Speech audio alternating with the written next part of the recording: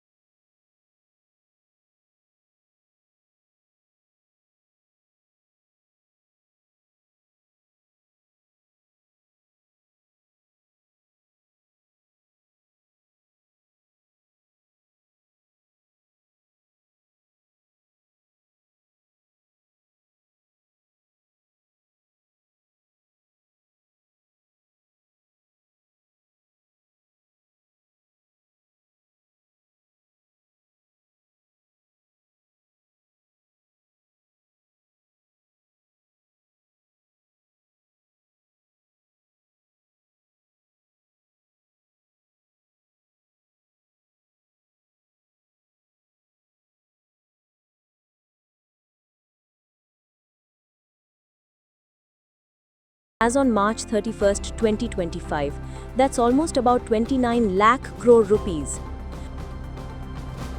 With a presence in over 100 countries, the Tata Group's portfolio spans salt, watches, hotels, jewelry, airlines, software, power and steel, making it part of everyday Indian life. With presence in over 100 countries across 6 continents and with brands like JLR under its control, the Tata Group is critical not only for India's common man, but even for the projection of India as a global soft power. In 2024-25, the aggregate revenue of Tata companies was more than $180 billion. These companies collectively employ over 1 million people. Tata companies' collective revenue was over $180 billion in FY25, employing more than 1 million people. Tata Motors alone has a market cap of 2,55,899 crore with over 67 lakh shareholders. So as the power tussle in Tata's Mumbai office shifts to New Delhi, it won't be inappropriate to say that the nation is watching with a bated breath.